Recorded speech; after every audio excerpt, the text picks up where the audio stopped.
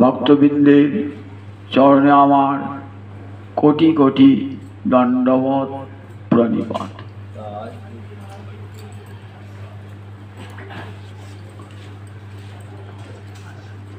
কৃষ্ণদাস কবিরাজ চৈতন্য চৈতামৃতে বললেন, কেন বেদ পুরাণ ইত্যাদি মঠে মন্দিরে দেবালয়ে পাঠ করা হয়? মায়াবদ্ধ জীবের নাহি শত কৃষ্ণ জ্ঞান, জীবেরে কৃপায় কৃষ্ণ কইল বেদ ও পুরাণ। বললেন জীব মায়াবদ্ধ। মায়ার তিনটে গুণ আছে, সত্য, রজ, তম। এই তিনটে গুণের কাজ হচ্ছে জীবকে বেঁধে রেখে দেওয়া। দেখবেন গীতায় একটা যোগের নাম গুণত্রয় বিভাগ যোগ। সেখানে ভগবান বলছেন অর্জুনকে, যে জানো সত্য রজস্তম ইতি গুণা প্রকৃতি সম্ভবা নিবধ্নন্তি মহাবাহ দেহে দেহিনম অব্যয়ম।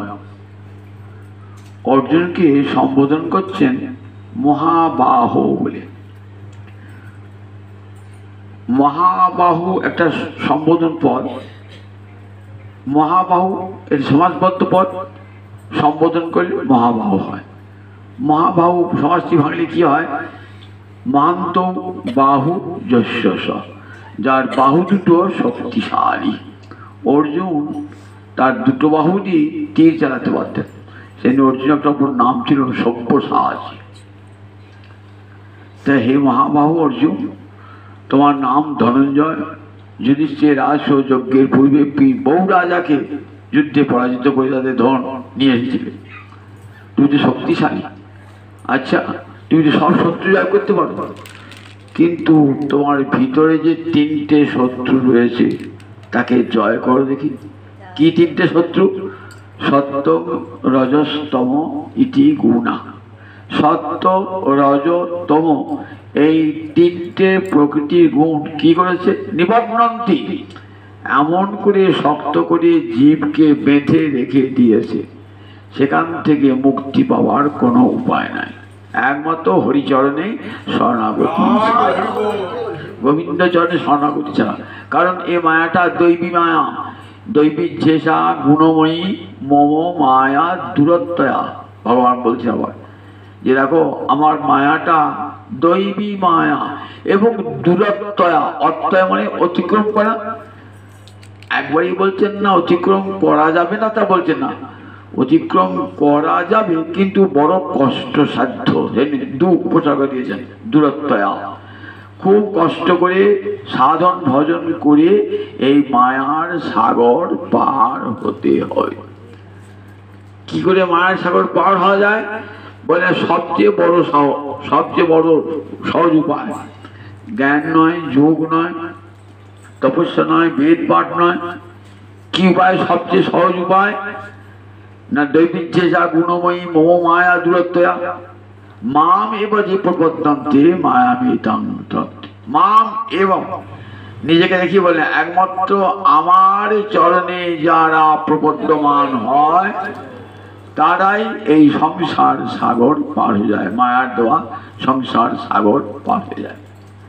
মায়ার তিনটে গুণ সত্য রজতম। তো কিরকম করে জীবকে বেঁধে রাখে দেখুন। আমি একটা গল্প দিয়ে বোঝাই, ঠাকুর রামকৃষ্ণের গল্পটা। একটা বণিক টাকা পয়সা নিয়ে একটা বনের মধ্যে যাচ্ছে, সন্ধ্যা লেগে গিয়েছে। সেই বনে তিনটে চোর থাকে।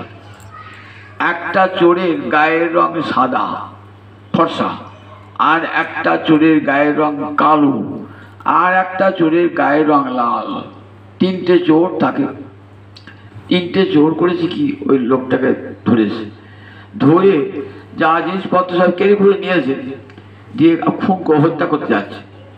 তখন সাদা রঙের চোরটা বলছে, ওকে আরো হত্যা করে কি হবে? ও তো সব নিয়ে নিয়েছো, মানুষকে হত্যা করে কি লাভ হবে? ও তো সব নিয়ে নিয়েছো। তাহলে বলে ওকে বেঁধে রেখে দাও, গাছের সঙ্গে বেঁধে রেখে দাও। গাছের সঙ্গে লতা পাতা দিয়ে আমাকে শক্ত বেঁধে গেছে না, সেখান থেকে আসল উপায় নেই। কিছুক্ষণ পরে সাদা চোরটা ঘুরে এসে বলছে যে দেখো তুমি এখান থেকে চলে যাও, নইলে কিন্তু ওই বলা যায় না ওই কালো রঙের চোরটা বা লাল রঙের চোরটা আবার এসে তোমাকে খুন করতে হত্যা করতে পারে। আমি যাবো কি করে, আমি তো হাত পা বাঁধা। বলে আমি খুলে দিচ্ছি। বাঁধনটা খুলে দিলে বলে বনের মধ্যে পথ খুঁজে পাচ্ছে, রাত্রিবেলায় পথ পাবো কোথায়? বলে এই পথ দেখিয়ে দিচ্ছি। এই বলে আগে আগে গিয়ে পথ দেখিয়ে দিয়ে বলে এই দেখো এইবার বনের পেরিয়ে তুমি চলে যাও, তুমি এসো, আজ বড় উপকার করলে আমার, তুই আমার সঙ্গে এসো। বলে আমার আর যাবার ক্ষমতা নাই। কেন নাই? আমি যদিও গুণ হিসাবে উৎকৃষ্ট সত্যগুণ, তথাপি গোবিন্দের রাজ্যে প্রবেশ করবার ক্ষমতা আমার নাই। তাহলে তিনটে গুণ, সত্য, রজতম, এই তিনটে গুণকে বোঝাবার জন্য কি বললেন? সত্যগুণের চোরটা হলো সাদা রঙের চোরটা সত্যগুণ, লাল রঙের যেটা সেটা রজগুণ। রজ রাগাত্মক, সংসারকে রাঙিয়ে দেয়। দেখ এই সংসার স্ত্রী পাবি, পুত্র পাবি, ঘর পাবি, বাড়ি পাবি, টাকা পাবি, পয়সা পাবি, এমনি করে মায়া রঙিন স্বপ্ন দেখায় রজগুণকে দিয়ে। আর তমগুণ একবার জড়বুদ্ধি, মানুষের বুদ্ধিরা কেড়ে নেয়, হিতাহিত কাণ্ডজ্ঞান শূন্য হয়ে যায়, কালো রঙের চোর। সত্যগুণটা কি করে? গুণ হিসাবে উৎকৃষ্ট, সাধু সঙ্গ, সৎগ্রন্থ অধ্যয়ন, সদাচার, এইগুলো কি করে না মানুষকে ভক্তিপথে যেতে সাহায্য করে, কিন্তু ভক্তিপথে নিয়ে যেতে পারে না, সাহায্যটা করে। তাই সত্যগুণটা কদ্দুপতি বনের মধ্যেই থাকলো, ওই বন থেকে পেরিয়ে বলে এই দেখো রাজপথ, এইবার তুমি চলে যাও। তাহলে এমনি কথা তিনটে গুণ সত্য রজতম আমাদেরকে সংসারে বেঁধে বেরিয়েছে। কোনো মতেই সংসার সাগর পার হতে হবে না। আবার কৃষ্ণচরণের শরণাগতি, সেটাও তো আমাদের আসে না, কি করে আসবে?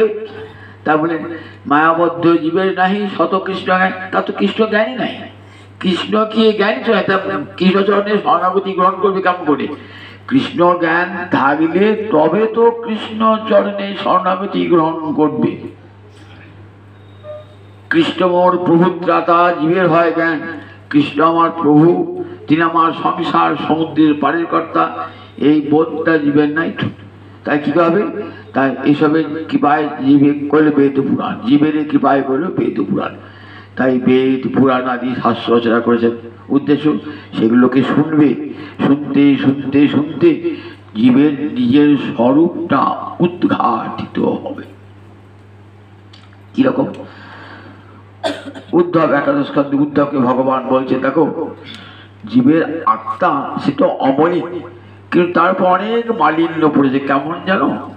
সোনা যখন খনিতে থাকে তখন তাকে সোনা বলে বোঝাই যায় না, তাকে বারবার পোড়াতে হয়, আগুনে পোড়াতে হয়, পুড়িয়ে পুড়িয়ে পুড়িয়ে পুড়িয়ে পুড়িয়ে সব খাদ যখন বার করে তখন সে ঝকঝক ঝকঝক করে সোনা। মানে ঠিক তেমনি আমাদের জীবাত্মাও ঠিক তেমনি, এক জন্মের নয় কোটি কোটি জন্মের ময়লা লেগে আছে। যত হরি কথা শুনছেন না, চেত দর্পণ মার্জনম, চিত্তের দর্পণকে মার্জিত করছে, মার্জিত করতে করতে করতে করতে করতে জীবের স্বরূপ উদ্ঘাটিত হয়। কারণ নিত্য ভাগবত শুনছেন তো, শুনতে শুনতে ময়লা আজ একটু উঠলো, কাল একটু উঠলো, দীর্ঘদিনের ময়লা তো। দেখেন বাসনটা যদি দীর্ঘদিন ব্যবহার করছেন তার ময়লা মাজেন না, এবং মেজে পরিষ্কার করতে গেলে একদিনে কিন্তু হবে না, 4 দিন 5 দিন 7 দিন লাগবে, তবে পরিষ্কার হবে। তো আমাদের হৃদয়ের ময়লাটা ওই রকম, এক জন্মের নয় কোটি কোটি 50 লক্ষ জনে ঘুরেছি, সেই ময়লা লেগে আছে আমাদের হৃদয়ে, জীবাত্মাকে ঢেকে দিয়ে আছে। সেই জীবাত্মা নিজের স্বরূপ কখন বুঝতে পারবে? এই হরিকথা শুনতে শুনতে। এই হরিকথা শুনছে তো ময়লা একটা একটু সরে যাচ্ছে, ওই আগুনের তাপ দেওয়া হচ্ছে। যেমন সোনাকে আগুনের তাপ দিলে পারে যেমন তার স্বরূপটা বেরিয়ে আসে, ঠিক তেমনি জীবের সমস্ত অন্ধকার দূর হয়। বলে হরিকথা শুনতে শুনতে শুনতে কি হয়? তার অন্ধকার রাশি দূর হয়ে যায়। তাই মায়া কি করে? মায়াকে জগৎবাসীকে ছাড়বে, সংসারটা রক্ষা করার জন্য মায়াকে থাকতেই হবে। তো মায়া তো ভগবানের শক্তি। মায়াকে ভগবান কি আদেশ করেছেন? যতক্ষণ জীব আমামুখী না হচ্ছে, আমার দিকে মুখ না করছে, ততক্ষণ সংসার সাগরে ডুবিয়ে রাখো। দেখবেন চণ্ডীতে পরিষ্কার বলা আছে কি করছেন মায়া, জ্ঞানী চিত্তকে পর্যন্ত বলপূর্বক জ্ঞানী নাম চেতাংশী বলাদ আকৃষ্য মোহায় মহামায়া উপযচ্ছতি, জোরপূর্বক আকর্ষণ করে মোহগ্রস্ত করে দেয়। আমরা কি অনেক জ্ঞানী লোক, অনেক উঁচু স্তরের মানুষ কি করে এমন পাপ কাজটা করলো, কেমন করে এমন খারাপ কাজটা করলো, আমরা অবাক হয়ে যাই না? দেখুন মায়ের এত প্রবল শক্তি, আপনি সাধন ভজন করতেন, আপনাকে টলিয়ে দিতে পারি যে কোনো উপায়ে।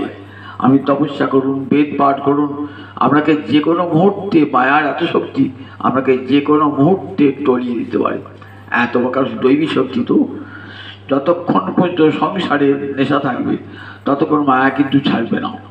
হরিকথা গুরুপাদ পদ্মে আশ্রয় গ্রহণ করে যখন হরি ভজন করতে শুরু করবেন তখনই কি করবেন, তখন আস্তে আস্তে আস্তে আস্তে যখন ভজন পক্কতা আসবে তখন মহামায়া বলে যাও।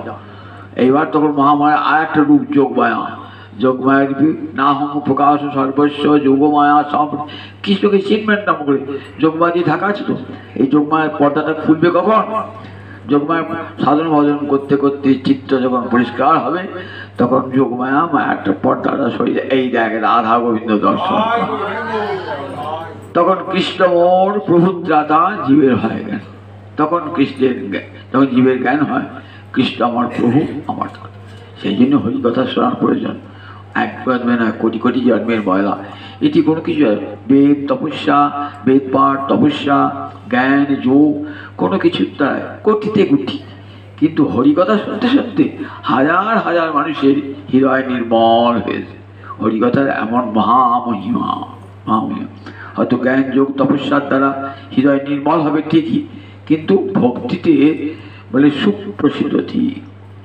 জ্ঞানে আত্মা প্রসন্ন হয়, কিন্তু ভক্তিতে আত্মা সুপ্রসন্ন হয়। ভক্তির সঙ্গে জ্ঞানে একটা তফাৎ দেখা বোঝেন। বললেন জ্ঞান ভক্তিতে আত্মা জয়া আত্মা সুপ্রসিদ্ধতি, সুপ্রসন্ন করলেন সুপ্রসন্ন হয়। প্রসন্ন হওয়া আর সুপ্রসন্ন হওয়া দুটো পার্থক্য আছে না? সুপ্রসন্ন হয় বললেন যখনই ভক্তিরাজ্যে প্রবেশ করলেন না তখনই আত্মা, তখন জীবাত্মা সুপ্রসন্ন হয়ে যায়। একটা ঘর আপনি অনেকদিন থাকেন না, ঘরটা আপনি কলকাতা থাকেন, এখানে একটা ঘর আছে, 10 বছর বাদে এলেন, ঘরটা ময়লা পুষে, তো ময়লা পরিষ্কার সব ঝাড় ঝুড় দিলেন, চুনকাপ পড়লেন, মনটা আমরা বলছি সব হলো বটে, কিন্তু একটু গঙ্গা জল না ছেটালে বোধহয় বাড়িটা পবিত্র হবে না। তেমনি হৃদয় জ্ঞান যোগ তপস্যার দ্বারা হৃদয়টা পরিষ্কার হলো বটে, কিন্তু মনে হচ্ছে একটু হরিভক্তি গঙ্গা জল হৃদয়ে না ধুলে হৃদয়টা পরিষ্কার হবে, তখনই সুপ্রসন্ন হয়ে যায় জীবাত্মা। তাই হরিকথা, এই জন্য হরিকথা শোনান, হরিকথার এত আসর। আমরা শ্রীমদ্ ভাগবতে দেখি দুর্বাসা ঋষি বলছেন, দুর্বাসা ঋষি কাকে বলছেন? মহারাজ অম্বরীশ। কি বলছেন? অহো অনন্ত দাসারা মহত্তং দৃষ্টবদ্ধবে কৃতাগসবি যদ রাজন মঙ্গলানি সমীহসে। অহো অনন্ত দাসানা, কৃষ্ণের একটা নাম অনন্ত। কেন বলুন দেখি? কৃষ্ণের নাম অনন্ত, কৃষ্ণের গুণ অনন্ত, কৃষ্ণের লীলা অনন্ত, কৃষ্ণের ধাম অনন্ত, কৃষ্ণের সবই অনন্ত। সেই জন্য কৃষ্ণের একটা নাম হলো অনন্ত। অহো অনন্ত, কৃষ্ণের যারা দাস তাই কি বলে? অনন্ত দাস। অহো অনন্ত দাসানা মহত্তম দৃষ্টম উদ্যমে। আজ দেখলাম কৃষ্ণ ভক্তের কি মহিমা, আমি সচকে দর্শন করলাম। এই দুর্বাসা ঋষি জানেন তো, ভয়ঙ্কর ঋষি, পান থেকে চুন খসলি সঙ্গে সঙ্গে অভিশাপ দিলেন। শকুন্তলার নাটকে দেখেছেন তো, দুঃসন্ত রাজা বিয়ের পর চলে গেছে, বিয়েটা লুকিয়ে লুকিয়ে হয়েছে, কান্তর মধ্যে হয়েছে, বাবা কর্ণ জানতেন না, চলে গেছেন। তো এইবার রাজধানীতে ফিরে গেছেন। রাজারা তো রাজার বিয়েটা একটা শখ ছিল, এখানে সেখানে বিয়ে, 7 জায়গায় রাজারা বিয়ে করতো, কোথায় কোথায় বিয়ে করে সেটা মনেও রাখতে পারত না। কিন্তু দুঃসান্ত শকুন্তলা তার তো মনটা পড়ে আছে স্বামীর জন্য, মনটা পড়ে আছে। দুর্বাসা ঋষি এলো, কিন্তু দুর্বাসা ঋষিকে প্রত্যুৎ গমন জানাবার, অভ্যুত্থান জানাবার কেউ লোক নাই, আছে কিন্তু এমন প্রতিচিন্তায় নিমগ্না শকুন্তলা যে আর আসুন বসুন মুনিকে বললেন না। চারিদিকে ঘুরে ঘুরে দেখলেন দুর্বাসা, কেউ নাই, কিন্তু কুটিরে বসে আছে একটা একাকিনী বালিকা। আমাকে একবার বললেও না আসুন বসুন। তখন স্বামী একটা অভিশাপ দিলেন। কি অভিশাপ দিলেন? যে দেখ, তুই যার কথা চিন্তা করছিস না সে তোকে স্মরণ রাখতে পারবে না, চিনিয়ে দিলেও চিনতে পারবে না। এত বড় অভিশাপটা নিষ্পাপ বালিকা সে জানতেই পারে নাই, কখন দুর্বাসা এসে সে জানতেই পারলো না। দুর্বাসা তাকে অভিশাপটা দিয়ে চলে গেল। এই দুর্বাসা যেমন অভিশাপ দিতে পারতেন না, আবার আশীর্বাদও করতে পারতেন। দুর্বাসা শুধু একটা দোষ দেখলে হবে না, গুণটাও ছিল। কিরকম দেখুন, মা যশোদা দুর্বাসা ভালো মন্দ খেতে ভালোবাসতো, খুব খায়ে পরিচিত করেছিলেন। দিয়ে যশোদাকে কি বললেন? বললেন, দেখ বেটি, তোর ছেলে কি যদি রাধারানীর হস্তের পক্ষ রত্ন খায় না, তাহলে কি হবে? রাধারানীর হস্তের পাচিত অন্ন খায় না, তাহলে দীর্ঘ জীবন লাভ করবে। সেই থেকে যশোদা কি করতেন? যশোদা প্রতিদিন রাধারানীকে নিয়ে আসতেন নিজের বাড়িতে, রাধারানী রন্ধন করবেন, রাধারানীর পাচিত অন্ন গোবিন্দ সেবা করবেন। আবার রাধারানীকে কি আশীর্বাদ করেন দেখুন, রাধারানী এবং গোপীরা যাচ্ছেন, মাথায় দুধ দই ঘোর সব নিয়ে যাবেন মথুরাটি ভিজতে। যমুনা পেরিয়ে যমুনার পাড়ে যখন এসেছেন তখন দেখেন যমুনায় মেলা জল, কি করে যাব ও পারে? তখন চলো ঋষিকে ধরে। ও ঋষি মশাই, আমরা যে গঙ্গার জল যমুনার জল পার হতে পারছি না। তা বললে, দেখ আমাকে ক্ষীর ননি খাওয়াবি? হ্যাঁ, ক্ষীর ননি খাওয়ালে। খুব করে ক্ষীর ননি খায় দুর্বাসা ঋষি, খুব আনন্দ হলো দুর্বাসা, পেট ভরে গেছে। দিয়ে বললে, যা বেটিরা বলগা যে দুর্বাসাও উপবাসী। ই বাবা, এত খাওয়ালাম, পেট পর্যন্ত খাওয়ালাম, আকণ্ঠ খাওয়ালাম, আর বলছি দুর্বাসা উপবাসী? এটা আমার কথা বলগা, যা। দুর্বাসা ঋষি এই কথাটাকে যমুনার কাছে দাঁড়িয়ে বলছে, দুর্বাসা উপবাসী যেই বলেছে না, যমুনার জলটা শুকিয়ে গেল, বুঝতে পার হয়ে ওখানে গিয়ে গোবিন্দের সঙ্গে মিলনে আনন্দ উল্লাস করেছেন। এইবার ফিরে আসবে, আবার দেখছেন জল। তখন গোবিন্দ বলছেন, বলগা যে কৃষ্ণ ব্রহ্মচারী। গোপীরা ভাবছেন কৃষ্ণ ব্রহ্মচারী, এতগুলি গোপীর সঙ্গে লীলা করে কৃষ্ণ কি করে ব্রহ্মচারী হন? যা ব্রহ্মচারী এসে যে বলেছেন না, যমুনার জলটা শুকিয়ে গেল। এই যে বললেন দুর্বাসা উপবাসী, তার মানে দুর্বাসার যে আত্মস্বরূপ সে তো আর ভোজন করে নাই, এই দেহটার প্রাণবায়ু ভোজন করেছে। আর কৃষ্ণ তো ব্রহ্মচারী বটেনি, কারণ যে গোপীদের সঙ্গে লীলা করছেন তার অন্য কেউ নয়, গোবিন্দ হতি রাধারানী, রাধারানী হতি সমস্ত কোটি কোটি গোপী। কাজে তো ব্রহ্মচারী বটেনি, ব্রহ্মচারী। কারণ তাৎপর্য দেখুন, গোবিন্দ তো সবসময় ব্রহ্মচারী, তারই অঙ্গ হতে রাধারানী, আর রাধারানী অঙ্গ হতে কোটি কোটি গোপী। সুতরাং গোপী জাতি করে পৃথক নন, পৃথক কোনো রমণীর সঙ্গে তিনি লীলা করেন নাই। কাজে কৃষ্ণ ব্রহ্মচারী কথাটা সত্যি। তাই আমার দুর্বাসা উপবাসী এ কথাটা আমার সত্যি। এই দুর্বাসা রাধারানীকে আশীর্বাদ করেছেন যে তোর স্বামী হবে, দেখ তোর স্বামী হবে গোবিন্দ, তোর ভগবান তোর স্বামী হবে। আর দেখ তোর হস্তে পাচিত অন্ন হবে অমৃত, যে ভোজন করবে সে দীর্ঘ জীবন লাভ করবে। তাই এই দুর্বাসা ঋষি একবার তার শক্তি দেখাতেন, অভিশাপও দেখান, আবার আশীর্বাদও যেমন আছে অভিশাপ আছে। অভিশাপ দিয়েছেন কাকে? মহারাজ অম্বরীশকে। সে কথা বহুবার বলেছি। মহারাজ অম্বরীশকে অভিশাপ দিলেন।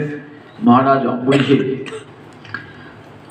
এক পরম ভক্ত রাজা রানী উভয়ে মিলে কার্তিক মাসে নিয়ম সেবা পালন করেছে। উত্থান দ্বাদশীতে ব্রতভঙ্গ করবে। তাই কি করবেন? নিমন্ত্রণ, রাজা তো রাজ্যের বহু বৈষ্ণব ব্রাহ্মণ অতিথি অভ্যাগতকে নিমন্ত্রণ করেছেন, গোবিন্দের ভোগ লাগিয়েছেন। গোবিন্দের ভোগ লাগিয়ে সেই প্রসাদ সবাইকে দেবেন। সবাইকে ভোজন করিয়ে নিজে ব্রতভঙ্গ করবেন, পালন করবেন। কিন্তু এমন সময় দুর্বাসা ঋষি এসে হাজির। দুর্বাসা ঋষি যে এসে বলেন, আহা, আমার পরম সৌভাগ্য, অহভাগ্যম, আপনার মতন মহান অতিথি আজ আমার গৃহে এসেছেন, আজ আপনার নিমন্ত্রণ, আমার গৃহে কৃষ্ণের প্রসাদ। বলে তথাস্তু। এই বলে চলে গেলেন দুর্বাসা স্নান করতে। স্নান করছেন তো করছেন, কিন্তু স্নান করছেন তো করছেন, আসার নাম নাই। কিন্তু পালনটা তো করতে হবে, নির্দিষ্ট সময়ে পালনটা করতে হবে। দেখেন না, পাঁচে লেখা থাকে 9টা 10-এর মধ্যে পালন, 8টা 20-এর মধ্যে পালন, ওই দ্বাদশের মধ্যে পালনটা হয়। কিন্তু আর অর্ধমুহূর্ত বাকি আছে, এখনো পর্যন্ত দুর্বাসা এলেন না। তখন মহারাজ অম্বরীশ সকলের অনুমতি নিয়ে, ব্রাহ্মণ বৈষ্ণবের অনুমতি নিয়ে গোবিন্দের চরণামৃত পান করে ব্রতভঙ্গ করেন। জানতে পেরেছে দুর্বাসা ভয়ঙ্কর ক্রোধে ছুটেছে। দেখ, তুই আমাকে নিমন্ত্রণ করলি, নিমন্ত্রণ করে অপমান করলি, ছুটতে ছুটতে আসছে কেমন মন্ডনা প্রচলদ গাত্র। মন্ড মানে ক্রোধ, ক্রোধে অঙ্গ কাঁপতে কাঁপতে আসছে মন্ডনা প্রচলদ গাত্র। এত বড় আমাকে নিমন্ত্রণ করে আমাকে বাদ দিয়ে ব্রতভঙ্গ করলি। দেখ, এই ব্রাহ্মণ অবজ্ঞার ফল আমি হাতে হাতে দেখিয়ে দেব। সত্যস্তি দর্শনে ফলম। এখনই দেখাচ্ছি, দেখ ফলটা কি। জটা ছিল একটা ভয়ঙ্কর জটা, সেই জটা থেকে আগুন বেরোচ্ছে, আগুনটা আবার চলছে, আগুনটা আগে দাঁড়িয়ে নাই, যার মানুষের মতো চলছে, চলতে চলতে যাচ্ছেন। মহারাজ অম্বরীশকে পুড়িয়ে মারবেন আর কি। দেখ আমার তপস্যার কেমন তেজ। দেখ, মহারাজ অম্বরীশ তো গোবিন্দ চরণে শরণাগতি 6টি লক্ষণ, তো তার মধ্যে একটি লক্ষণ হল রক্ষিষ্যতি ইতি বিশ্বাস। গোবিন্দ আমাকে রক্ষা করবেন এই বিশ্বাস ভক্তের অন্তরে দৃঢ়। এখান থেকে ভক্তের অন্তর এক চুলও নড়ে না। মৃত্যু সে তো গোবিন্দের ইচ্ছা, যতদিন আমাকে বাঁচিয়ে রাখার প্রয়োজন ততদিন বাঁচিয়ে রাখবেন। যেই আমার পৃথিবীতে প্রয়োজন শেষ হয়ে যাবে, কর্মফল ভোগ শেষ হয়ে যাবে, তখনই আমাকে চলে যেতে হবে। যত ডাক্তার বৈদ্য দেখান না, আত্মীয় স্বজনেরা ক্রন্দন করুন না কেন, তথাপি আমাকে এই দেহ ছেড়ে চলে যেতে হবে। তাই জানেন, রক্ষিষ্যতি ইতি বিশ্বাস, তিনি রক্ষা করবেন এই বিশ্বাস অন্তরে দৃঢ়। তাই ন চশাল পদান্নিপ, এক মুহূর্ত বিচলিত হলেন না। সুখদেব, দেখো মহারাজ, ভক্তের শক্তি দেখো আর তপস্বীর শক্তি দেখো, দুটো কত পার্থক্য দেখো, দুটো কত পার্থক্য। এক মুহূর্ত বিচলিত হলেন না মহারাজ অম্বরীশ, কারণ 11 ইন্দ্রিয় দিয়ে তিনি কৃষ্ণানুশীলন করেন। সঙ্গে সঙ্গে সুদর্শন চক্র এসেছে। গীতায় ভগবান বলেছেন না, কৌন্তেয় প্রতিজানিহি নমে ভক্ত পুনঃসতি। ওই কুন্তীর নন্দন, তুমি জগতে প্রতিজ্ঞা করে বলো, আমার ভক্তের কখনো বিনাশ হয় না, কৃষ্ণ ভক্তের পতন হয় না, তার বিনাশ হয় না। দেবতারা এসে বলেছেন, যখন গর্ভস্তুতি করছেন না, বলছেন দেখো তোমার যারা ভক্ত না, দয়াভিগুপ্তা বিচরন্তি নির্ভয়া, তুমি তাদেরকে এমন রক্ষা করে রাখো, তার নির্ভয়ে বিচরণ করে। এই পৃথিবীর কোথাও তাদের ভয় নাই, তারা অকুত ভয় হয়। কংসের কারাগারে দেবতারা এসেছেন, ব্রহ্মাদিদেব এসে ভগবানকে বলছেন, তোমার ভক্তের পতনও নাই, আর তোমার ভক্তকে কেউ বিনাশ করতে পারে না। সঙ্গে সঙ্গে সুদর্শন চক্র এলো। সেই সুদর্শন চক্র কি করলেন, সঙ্গে সঙ্গে ওই কালাতুল্যাকৃতাকে ধ্বংস করে দুর্বাসার পশ্চাৎ পশ্চাৎ ধাবিত হল। দুর্বাসার কোনো জায়গায় স্থান পান না, কোথায় গিয়েছেন, 10 দিকপালা, 10টা দিকে 10টা অধিপতি আছে, সেখানে গেলেন, বললেন দেখো আমরা যার করুণায় দিকপাল হয়েছি, গোবিন্দের করুণায় আর সেই কৃষ্ণ ভক্তের কাছে তুমি অপরাধ করে আমার কাছে ক্ষমা চাইতেছ? আমরা পারবো না। সৃষ্টিকর্তা ব্রহ্মার কাছে গেলেন। ব্রহ্মা বললেন, দেখো আমি তো গোবিন্দেই, আমি তার গুণাবতার, তার ইচ্ছায় আমি সৃষ্টি কার্য করি। তুমি কৃষ্ণ ভক্তের কাছে অপরাধ করেছো, আমি কেমন কত রক্ষা করবো? কোথায় এলেন তখন? তখন মহাদেব কাছে কৈলাসে। মহাদেব তো মুখে রাম নাম ছাড়া না এক মুহূর্ত, পঞ্চমুখী রাম নাম জপেন ত্রিপুরারি। আমার এই কৈলাস সমস্ত বৈষ্ণবে ভরা, আমার এই কৈলাস, গোবিন্দ ছাড়া আমরা কিছুই জানি না, জানো তো? এখানে তুমি গোবিন্দ ভক্তের কাছে অপরাধ করেছো, তা আমি কেমন করে তোমাকে রক্ষা করবো? তুমি যাও গোবিন্দের কাছে। গোবিন্দের কাছে গেলেন। গোবিন্দ বললেন, আমিও তোমাকে রক্ষা করতে পারবো না। কেন? তুমি রক্ষা করতে পারবে না? ব্রহ্মা পারেন নাই, মহেশ্বর মহাদেব পারেন নাই, দশদিকপাল পারেন, কারণ তারা তোমার অধীন। বলে আমিও একজন অধীন। অহং ভক্ত পরাধীন যা স্বতন্ত্র, আমি আমার ভক্তের প্রেমে অধীন, তাই আমি তোমাকে রক্ষা করতে পারবো না। তুমি যার কাছে অপরাধ করেছো তার কাছে তোমাকে ক্ষমা চাইতে হবে। ফিরে এলেন সুদর্শন। পশ্চাৎ সুদর্শন আসছে। তখন এসে এই মহারাজ অম্বরীশ 1 বছর কোনো আহার গ্রহণ করেন নাই, ওই জলটি স্পর্শ করেছেন।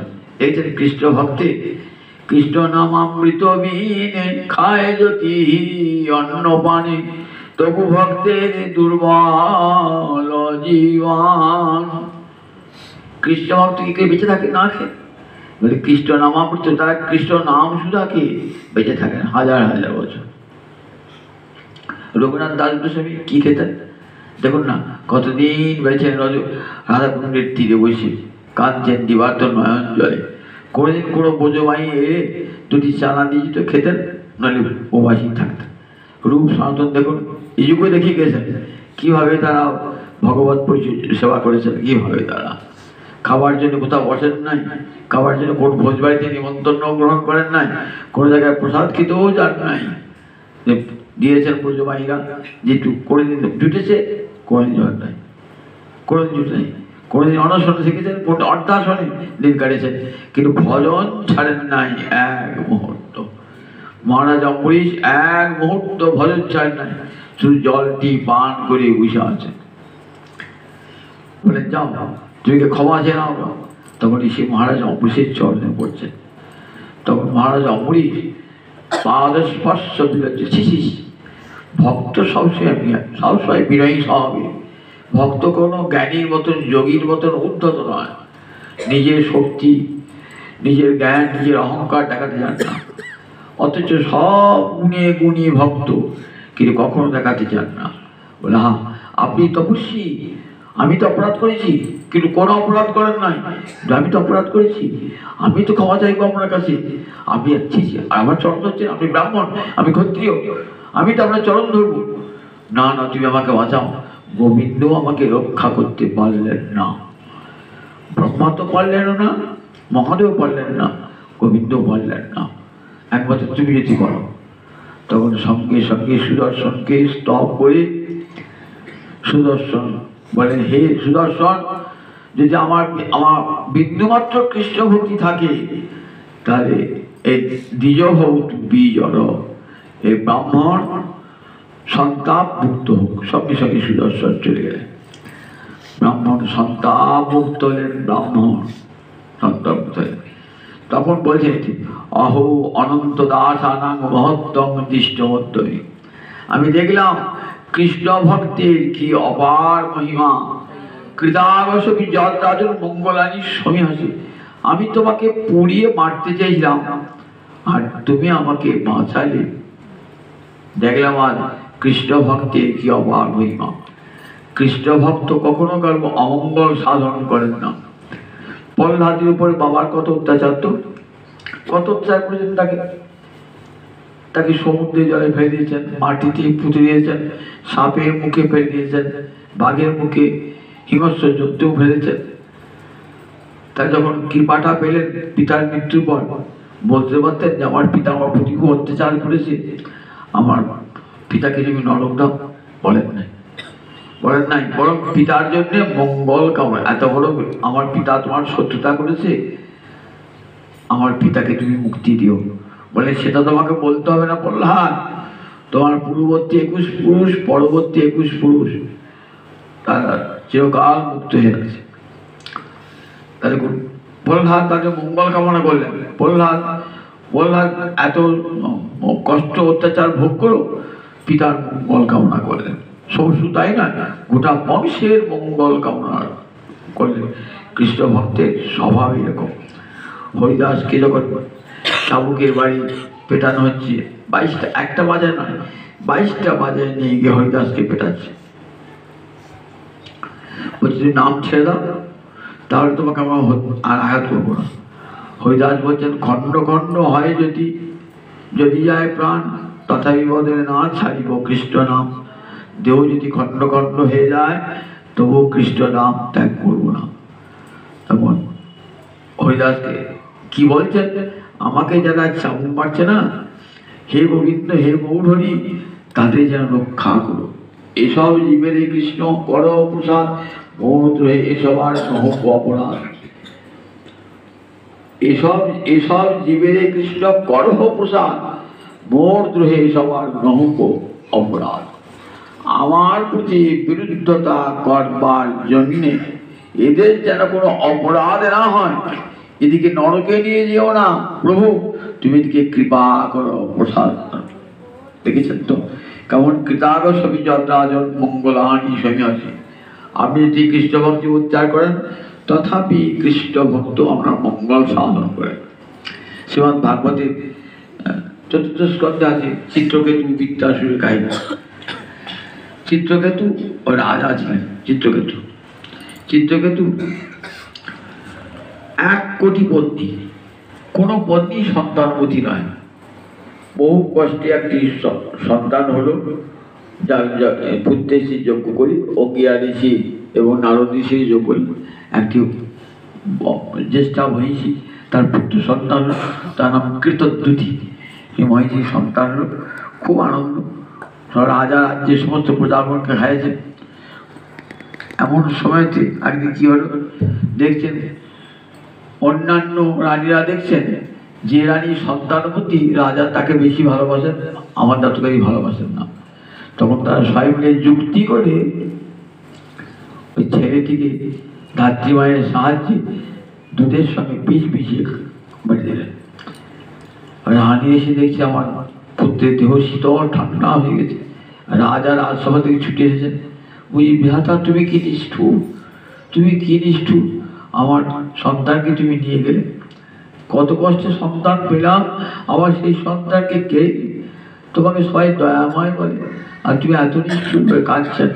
রানী বুক চাপড়াচ্ছেন, রাজা মাথার চলছে। এমন সময় দেবর্ষি নারদ অঙ্গি দেয়, ওই তোমরা কাঁদছো কেন? তাহলে আমরা কাঁদছি কেন জানো না? দেখছো না আমার সম্মুখে মৃতপুত্র, তোমাদের করুণায় হলো, আবার সঙ্গে সঙ্গে সেটা বলেও গেল। বলো এই কথা, ঠিক আছে ছেলের মধ্যে প্রাণ দিচ্ছি। তখন প্রাণ নারদ যোগ বলে ছেলের মধ্যে প্রাণ এনে দিলেন। বলছেন তোমার মা কাঁদছেন, তোমার বাবা কাঁদছেন, তোমার খেলার সাথীরা কাঁদছেন। ছেলেটা বলছে তখন, কে আমার পিতা, কে আমার মাতা? আমার এক একটা জন্মে এক একটা পিতা, এক একটা মাতা হয়েছে, কত কত খেলার সাথী হয়েছে। আমি যতবার জন্মেছি ততবারই তো একটি করে মাতা পিতা হয়েছে। তাহলে জীব যতবার মৃত্যুবরণ করে ততবার সে ভগবান দিকে এগিয়ে যায়। এই মৃত্যুবরণ পুনরপি জননং পুনরপি মরণং পুনরপি জননী জঠরে কর্মভোগ হয় আর মৃত্যু হয়ে যায়, আবার কর্মভোগ হয় মৃত্যু। আমি করে সমস্ত কর্মভোগ ধ্বংস হয়ে জীবাত্মা করতে চলে যায়, ভগবানের কাছে চলে যায়। সুতরাং মৃত্যুকে ভয় করো না, রাজা নিয়ে কাঁদতে নিষেধ করো। এরপর পুত্রের অন্ত্যেষ্টিক্রিয়া করে চিত্রকেতু রাজা এসেছেন। মনটার মধ্যে বৈরাগ বেশি গেছে। এই আগে নারদ এবং অঙ্গিরা এসেছিলেন কৃষ্ণ মন্ত্র দান করবার জন্য। তখন থেকে রাজার অন্তরে এত পুত্র লাভের ইচ্ছা যে কৃষ্ণ ভক্তির স্থান পাবে না। তাই নারদ অঙ্গি ঋষি চলে গেছেন। এবার অন্তরে বৈরাগ্য এসেছে, কে কার পুত্র, কে কার পিতা, কে কার মাতা, বৈরাগ্য এসেছে। বললেন স্নান করে এসো, আমি তোমাকে মন্ত্র দান করছি। সংকর্ষণ মন্ত্র, বলদেবের মন্ত্র দান করলেন। সেই মন্ত্র পেয়ে এত বড় শক্তিশালী হলো, সর্বত্র ঘুরে বেড়াত মন্ত্র। সোনার রথে করে উপরে সপ্তলোক সে ঘুরে বেড়াত। একদিন কৈলাসে গিয়েছে, কৈলাসে গিয়ে দেখছি যে মহাদেব পার্বতীকে কোলে করে বসে আছে।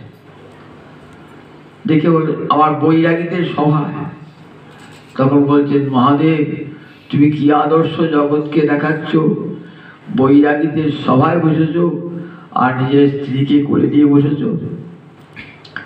এই কথা শুনে মহাদেব হাসলেন, কিন্তু দেবী দুর্গা হাসলেন না, সঙ্গে সঙ্গে অভিশাপ দিলেন। বলে তোমার সাহস তো কম নয়, স্পর্ধা তো কম নয়, শিবের আচার বিচার কেউ করে, শিবের আচার যদি কেউ বিচার করে তাহলে সে কি বৈকুণ্ঠে যেতে পারে? কোনদিন বৈকুণ্ঠে সে যায় না। তুমি দেখো, তুমি এমন তুমি অসুর হবে, অসুর কুলে তুমি জন্মাবে। নেমে রথ থেকে নেমে এসে দেবীকে প্রণাম করলেন। প্রণাম করে বলছেন দেবী আমি তোমার অভিশাপের জন্য ভয় পাই নাই, তুমি অন্তরে দুঃখ পেয়েছ সেই জন্য ক্ষমা প্রার্থী। আমি অসুরকুলি জন্মাবো, অসুরকুলি জন্মাবো, তাতে আমার কোনো দুঃখ নাই, কিন্তু তুমি যে অন্তর বেদনা পেয়েছো, দুঃখ পেয়েছ, সেই জন্য আমি ক্ষমা প্রার্থী। এরপর চিত্রকেতু রাজা দেখুন দেবীকে ইচ্ছে করে অভিশাপ দিতে পারতেন। শ্রীমদ ভাগবত বলেছেন, স্বয়ং মহাদেব বলছেন যে দেবী যেমন অভিশাপ দিয়েছিলেন তেমনি অভিশাপ দিতে পারতেন, আমাদের চিত্রকেতু রাজা দেবীকে। কেউ জান নাই, হাসি মুখে চলে এলেন, অভিশাপটি মেনে নিয়ে চলে এলেন।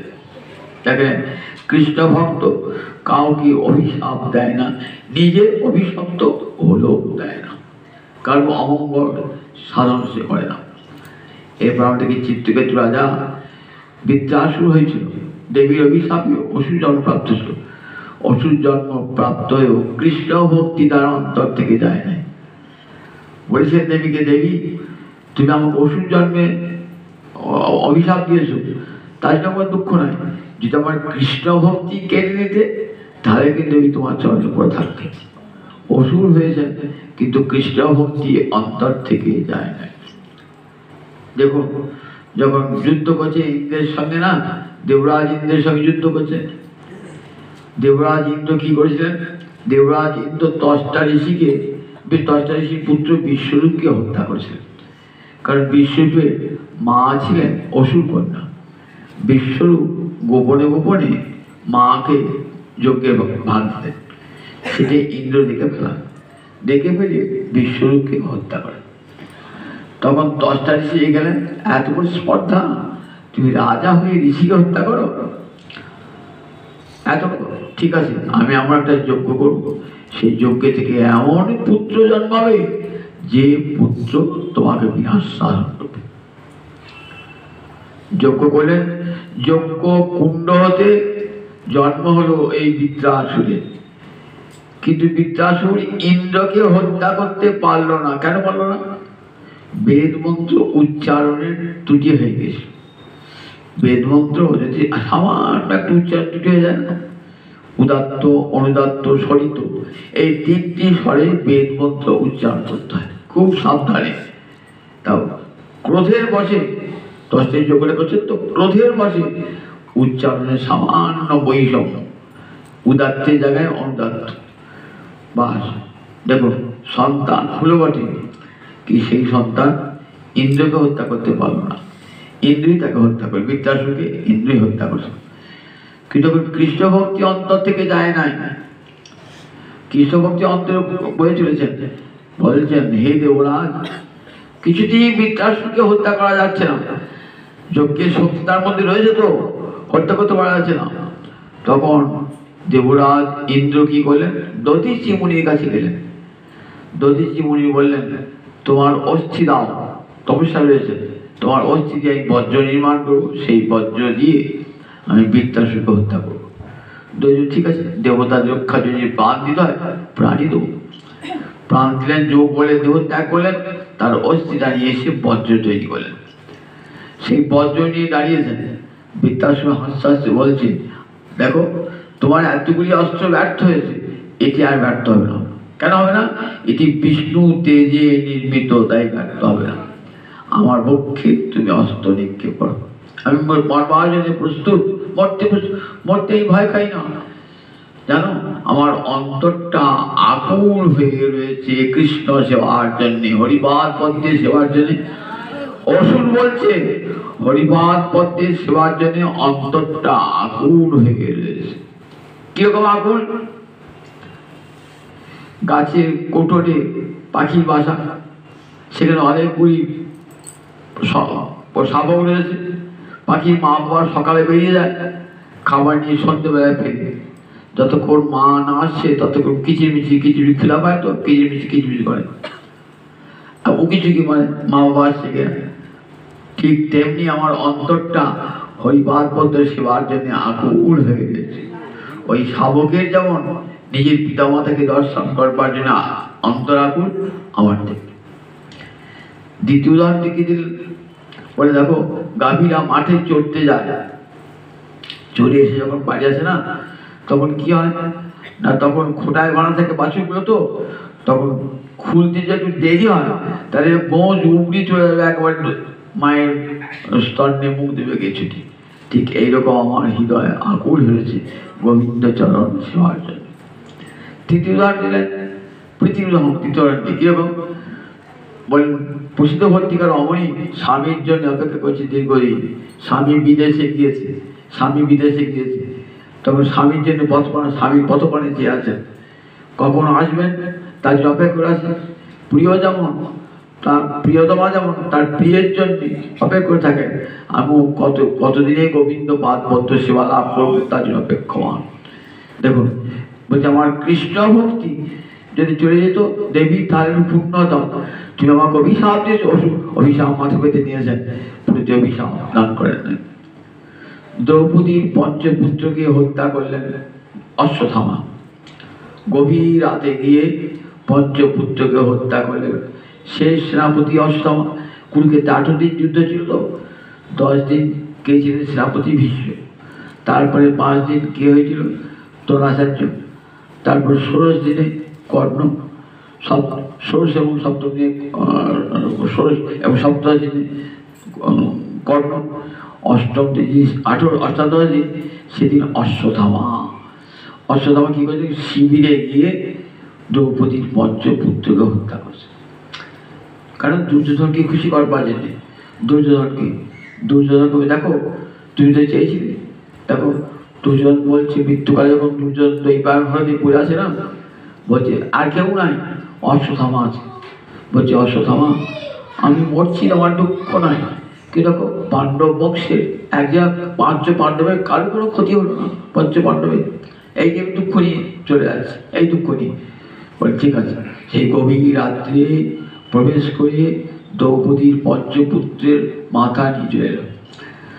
তখন দুজন মাথা থেকে বলছে, ভীমের মাথা দেখেছে?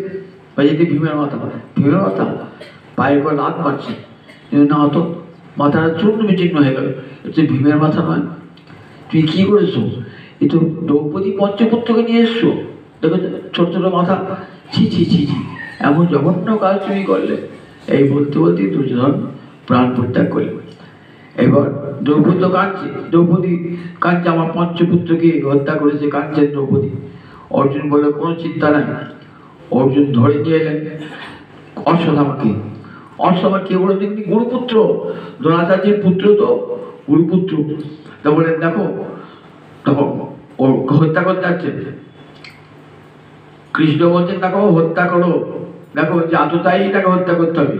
আর দ্রৌপদী বলছেন না, হত্যা করা যাবে না। কেন? আমার গুরুপুত্র যে আমার গুরুর সমান, সুতরাং হত্যা করা যাবে না।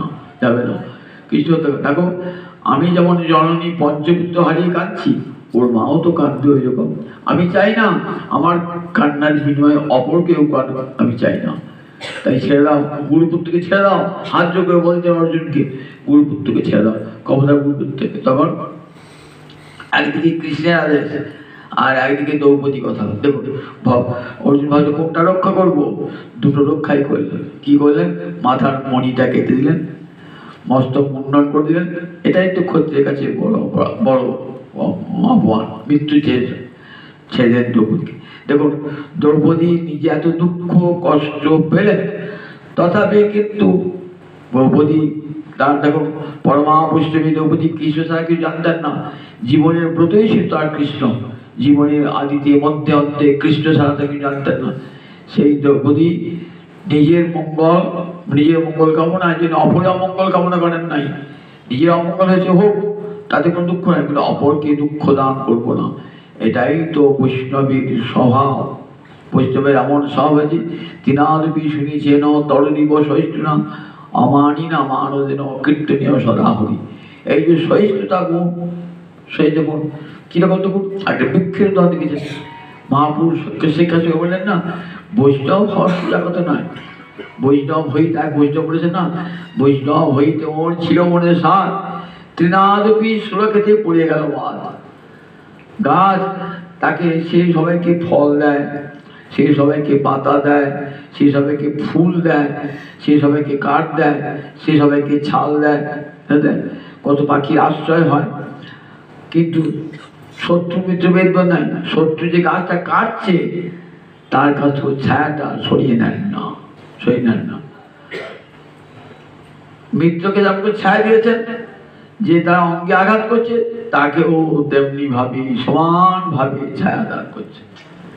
তাহলে দেখুন বৈষ্ণবের স্বভাবটাই কেমন হবে, নিজে দুঃখ কষ্ট পেও অপরকেও দুঃখ দান করবেন না। তাই বলছেন দুর্বাসা, অহো অনন্ত দাসানাং মহত্তম দৃষ্টমোত্তমে, দেখলাম কৃষ্ণ ভক্তের কি অপার মহিমা, কৃতাগসে যদ্রাজ মঙ্গলানি সমীহসি। তুমি অপরে আমাকে অমঙ্গল সাধন করলো, কৃতাগসে তা অমঙ্গল অপরে তার অমঙ্গল করলো, তিনি তার অমঙ্গল করেন না। কৃতাগসে যদ্রাজ মঙ্গলানি সমীহসি। অমঙ্গল করলো তার, যে অমঙ্গল করে তার প্রতিশোধ নেন না, তাকেও তারও মঙ্গল কামনা করে। এটাই তো ভক্তির বড় গুণ, ভক্তির বড় গুণ। তা সুজাতা ভক্ত হওয়া। মহাপ্রভু এই ভক্তি ধর্মেই জগৎকে যদি তাই চান, তাকে কলসি কালা মেরেছেন, তথাপি তার কত বড় ক্ষমা গুণ না। জগাই মাথায় কিছু রক্ষা করতে, প্রভু তোমার পতিত পাবন নামটা আর থাকবে না, পতিত পাবন নামটা জগতে কেউ বলবে না। জগাই মাধব পতিতকে উদ্ধার করলি তবেই তুমি পতিত পাবন। তুমি যদি জগাই মাদিকে হত্যা করো প্রভু, তাহলে তোমার পতিত পাবন। রাম আদি অবতারে ক্রোধে নানা অস্ত্রধারী, অসুরেরে করিলে সংহার। অসুরের সংহার করে রাম অন্যান্য অবতারে, কিন্তু এই অবতারে এবে অস্ত্র না ধরিব, কারো প্রাণে না মারিব, চিত্তশুদ্ধি করিব সবার। গৌরাঙ্গ অবতার বৈষ্ণবতার পরাকাষ্ঠ জগৎকে দেখাবে। দেখো এবার সবার প্রাণে, দেখো আসরিকতার বিনাশ হয়ে যাবে। কি করে? অন্তরে সবারই কিন্তু কম বেশি আসরিকতা আছে। হিংসা বিদ্বেষ থাকা মানেই তো আসরিকতা প্রত্যেক মানুষের মধ্যে আছে। আমাদের মনের তিনটে স্তর, তো সেই স্তরটার নাম হলো আধিভৌতিক স্তর। এই স্তরে হিংসাগুলো থাকে, কখন কখন এগুলো উপরে উঠে পড়ে। তখন কি হয়, আমার হিতাহিত জ্ঞান থাকে না, অপরের প্রতি হিংসা ক্রোধ প্রকাশ করি। বললেন ভক্তি মহারাজে কি করেন, ভজনে যখন সিদ্ধিদশ আছে না, তখন এই মনে জীব তখন এই উচ্চ স্তরটায় আদিদৈবিক স্তরে যায়। তখন কারো প্রতিশোধ নেবো, কারো অমঙ্গল করবো, কারো অকল্যাণ করবো, এই চিন্তাই থাকে না। শত সহস্র আঘাতেও প্রত্যাঘাত করেন না, এটাই বৈষ্ণবের লক্ষণ, বৈষ্ণব ধর্মে। তাই জগতে ভক্তি ধর্ম বৈষ্ণব ধর্মের উপরে তার কোনো ধর্মই নয়। এই নাম করতে করতে চিত্ত শুদ্ধ হয়ে যায়, হৃদয়ে হিংসা বিদ্বেষ দূর হয়ে যায়, চিত্ত নির্মল হয়ে যায়, আর তখন একটি যথার্থ মানুষ রূপে তৈরি হয়। এই আমার মহাপ্রভু নিতাই চাঁদের বড় দান এটি। জয়গুরুকে যথার্থ বৈষ্ণব হও। শুধু তিলকমালা পড়লে হবে না, অন্তরটা যেন বৈষ্ণবতায় ভরা হয়, হরিভক্তিতে ভরা হয়। হরিভক্তি হৃদয়ে এলে পরে আপনার হিংসা বিদ্বেষ ক্রোধ সব দূরে যাবে। জগতের সব মানুষ একত্রে থাকতে পারবে সুখে, প্রতি ভালোবাসায় হৃদয়ে পরিপূর্ণ হয়ে যাবে। জয় গীতা, জয় গীতা।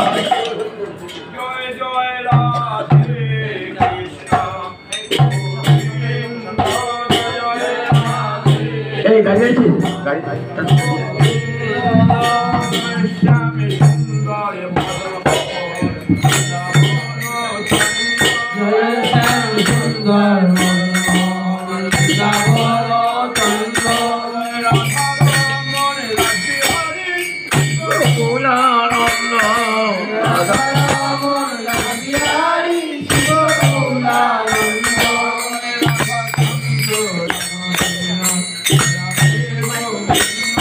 Yeah.